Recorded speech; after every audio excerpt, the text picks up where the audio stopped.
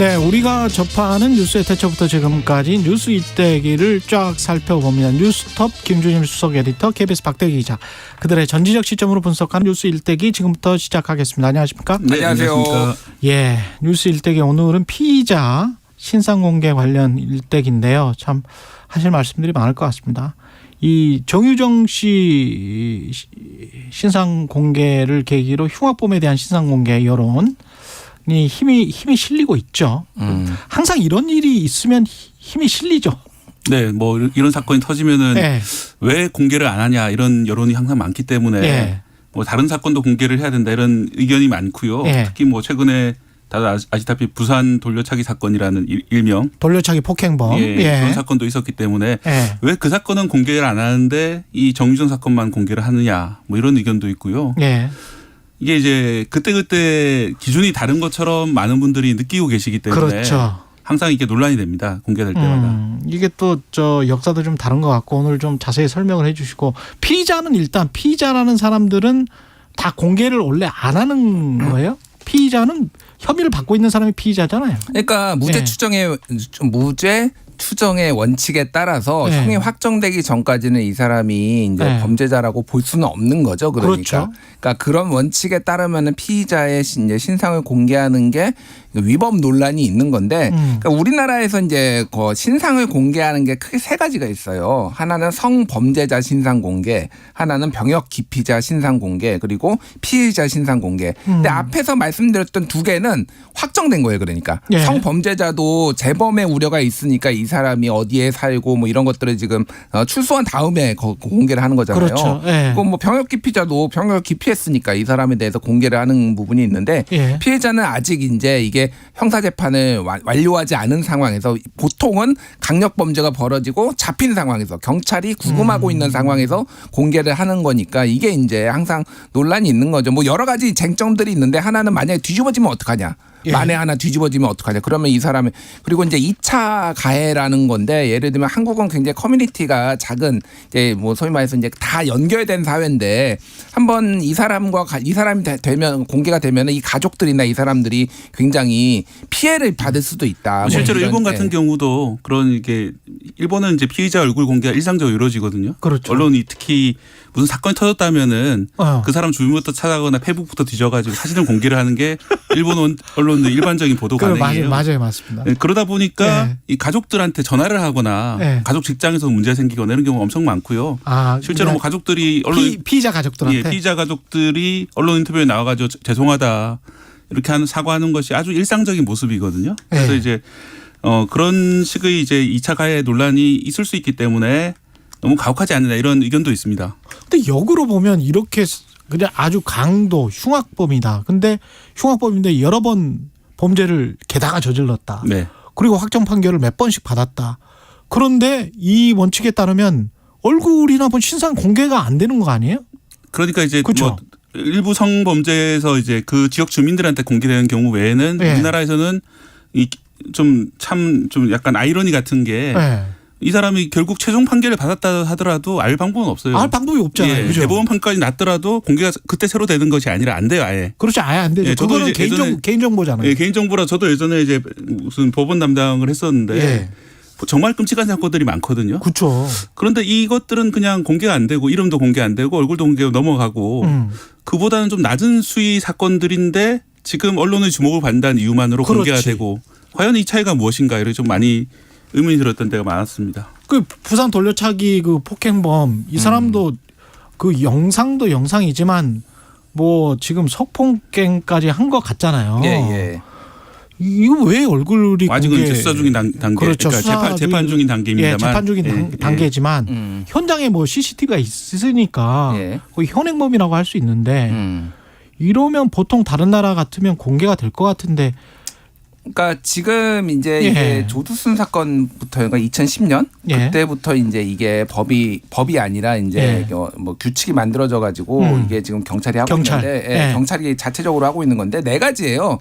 범행 수단이 잔인하고 중대한 피해가 발생한 특정 강력 범죄 사건일 것, 그리고 충분한 증거가 있을 것, 그리고 이게 공공의 이익에 부합할 것, 그리고 청소년이 아닐 것. 요 네 가지가 이제 되면은 각 지방 경찰청에 이제 신상 정보 공개 위원회가 있어요. 예. 7인 이상으로 구성돼야 되고 4명 이상은 경찰이 아닌 뭐 의사, 변호사 뭐 이런 분들 이제 전문가들, 일반 시민, 전문가들이 들어가서 이거를 이제 결정하게 돼 있는데 이게 이제 지방 경찰청마다 이제 판단이 다르니까 이게 오락가락한다라고 비판을 받으니까 2년 전부터인가 이제 아예 국가수사본부에서 이거를 열지 말지를 결정을 하는 거로 이제 중앙에서 한마디로 결정을 하고 그 각 지방 경찰청의 그 위원회에서 이제 판단을 하는 이런 건데 이게 그러니까 그 위원회의 그 구성 멤버에 따라서 다 다른 판단이 나올 수가 있는 거죠. 그러니까 어떤 거는 되고 어떤 건 안 된다 이런 불만들이 좀 있는 것 같아요. 이게 이제 공개되기 시작한 게 2010년에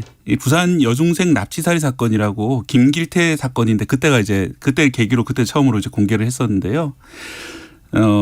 그게 이제 조두순 사건 같은 경우에는 얼굴 공개가 안 되던 시점이라 가지고 얼굴이 안 알려져 있다가 뭐 한 언론사에서 공개하는 식으로 나중에 공개가 드러나는 그런 사건입니다. 이렇게 사실은 이제 결국은 이제 경찰이 결정을 하는 거예요. 왜냐하면 이제 아까 네 가지 기준을 말씀하셨는데 네 가지 기준에 해당되는지 안 되는지 되게 자의적이고 모호하네요. 예, 네. 해당되면 무조건 발표하는 것도 아니고 이 7인 위원회를 통해 가지고 심사를 거쳐서 발표하는 식으로 되기 때문에 이게 실제로 발표를 한 게 지난 14년간 약 이제 47건 정도인데 1년에 3건 정도 얼굴 공개를 했거든요, 경찰이. 예.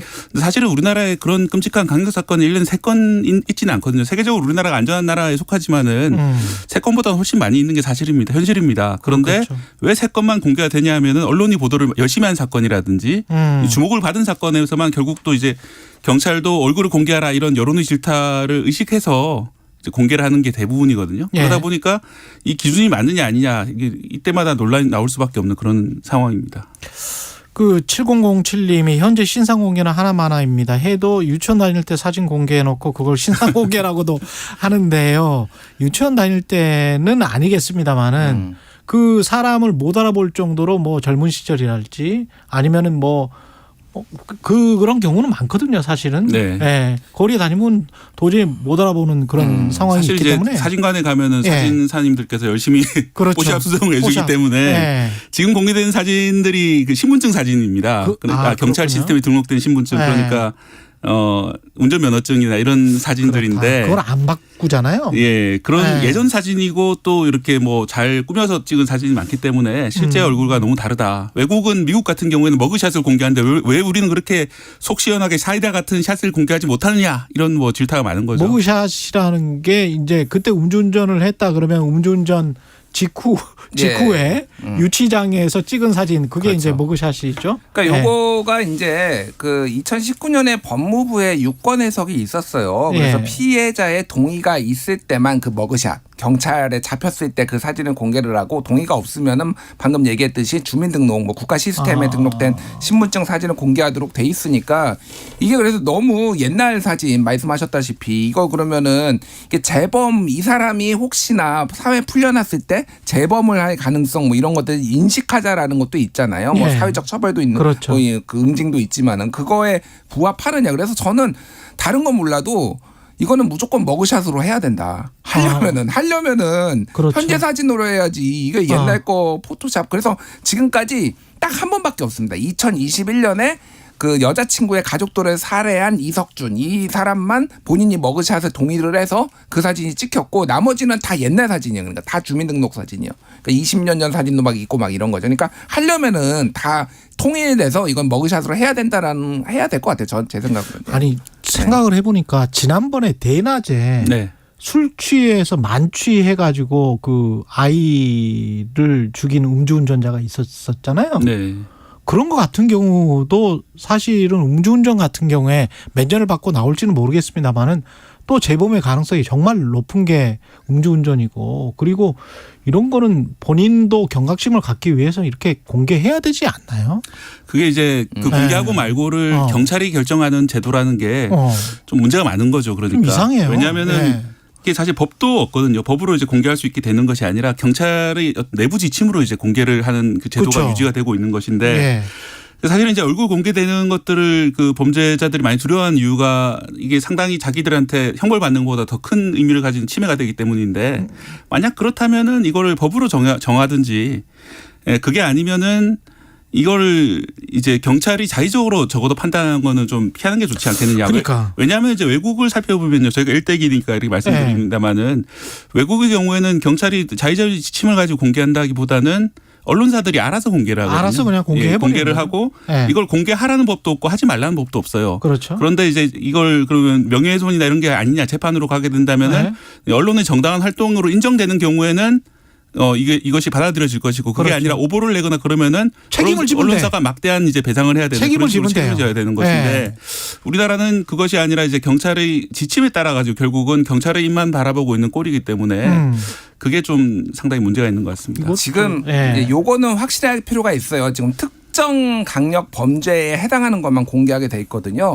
그 특정 강력 범죄라는 게 살인, 예를 들면 뭐 촉탁살인 뭐 이런 것도 있고요. 그리고 인신매매, 그리고 강간과 추행의 죄, 그리고 또 그냥 2인 이상이 합동하여 하거나 흉기를 사용했을 때만 해당되고, 그리고 강도, 특수강도 뭐 이런 거가 해당되는 거예요. 그래서 음주운전은 해당이 안 됩니다. 그렇구나. 예. 음주운전은 이제 해당이 안 되는 거예요, 이거에. 그래서 뭐 해석의 여지가 있지만은 이제 뭐 살인죄로 이제 뭐 처벌을 받을 수도 있지만은 이게 기본적으로는 그래서 지금까지 공개된 사람들을 보면 최근에 정유정을 포함해서 다 뭐 이를테면 신당역 살인 사건, 강남에 최근에 납치 살인 사건이 있었잖아요. 뭐 이런 것들이 다 살인 사건류만 다 공개가 된 거예요. 그러니까 이것도 강도 살인이나 원한 살인. 그러니까 이게 좀 이제 굉장히 제한적이라는 거죠. 과거에 우리가 TV를 봤었던 시절에 제가 대학 다닐 때 무슨 뭐 지존파랄지 KBS TV에 분명히 나왔거든요. 네. 얼굴들이. 그때는 그러면 경찰에 이런 규정이 없어서 그냥 막 나온 거예요? 네, 그렇습니다. 그때까지는 사실은 이제 호송하는 과정에서 이제 얼굴을 특별히 가려주지가 않았고 경찰이 않았어요. 언론사가 촬영하는 거를 통례라고 생각을 했고, 그렇죠. 경찰도 굳이 막을 생각도 없고, 뭐 언론사도 이제 뭐 다른 법적 기준을 가지고 한 게 아니라 찍고 이렇게 했었는데, 그러다가 이제 90년대 말부터 좀 권리 의식이 강해지면서 소송을 걸렸는데, 특히 이제 오보를 낸 언론사들에 대해 소송이 있었거든요. 그렇죠. 이게 피의자로 보도를 했는데 나중에 알고 봤더니 무죄였더라. 이런 보도에서 이제 언론사들이 배상을 하기 시작했고, 그 다음에 이제 2004년쯤에 밀양 여중생 그 성폭행 사건이 있었는데 그때 피의자들이 미성년자인데 이렇게 신상을 갖다가 보도하는 것이 올바르냐 논란이 좀 있었거든요. 미성년자. 네, 그런 그래서 상황, 아까 그 규정이 생긴 거래. 그런 상황들이 이어지면서 인권 의식이 올라가면서 결국은 이게 많이 이제 보도를 자제하게 됐는데 그러다 보니까 2000년대 후반으로 가면서 연쇄살인 사건들이 많이 있었습니다. 근데 그 사람들의 얼굴이 전혀 공개 안 됐었거든요, 당시에는. 그러다 보니까 사람들이 점점 이래도 되나? 이래도 되나 이런 의식이 나오면서 결국은 이제 그 경찰이 이제 내부적인 지침으로 이제 공개하는 이런 제도까지 만들게 된 겁니다. 이번에 부산 돌려차기 폭행범 같은 경우도 좀 답답하니까 답답한 측면이 있잖아요. 사실 얼굴 공개하고 신상 공개해서 이렇게 사회적으로도 좀 경각심이 높아지고 그래야 될 것 같은데 그래서 이제 유튜버가 그냥 공개를 해버렸잖아요. 저게 맞나 어떻게 보십니까? 개인이 하는 거는 좀 문제가 있다고 봅니다. 이렇게 사적 하면은 보복일 수 있기 사적 때문에. 보복일 수가 있기 때문에 그렇다고 이게 이거를 다 국가가 다 하는 것도 이거 되게 좀 뭐 모호한 지점들이 있어요. 이게 그래서 좀 언론의 자체적인 왜곡 같은 경우에 판단으로 이제 하는 거고 그런 건데 이게 문제가 있을 수 있는 게 예를 들면은 2012년에 조선일보가 나주 어린이 납치 성폭행 사건 이거의 피의자를 공개를 했어요. 근데 다른 사람 사진은 공개를 해가지고 2012년에 난리가 난 적이 있습니다. 그래서 오보라고 사과하고 그건 뭐 큰일이네. 정말. 큰일이었죠. 그러니까 언론이 또 함부로 공개를 하다가 언론이라고 하더라도 문제가 이제 발생할 수 있는 이런 거는 보여준 거라서 이게 정답이 없는 문제입니다. 정답이 없는 문제. 박대기 기자 마지막으로 무슨? 네, 저도 이제 정답이 없는 문제랑 동의하고요. 사실은 이제 인권 보호 말씀하신 그런 오보에 의한 인권 침해는 엄청나게 큰 문제이기 때문에 돌이킬 수 없는 문제잖아요. 그렇죠.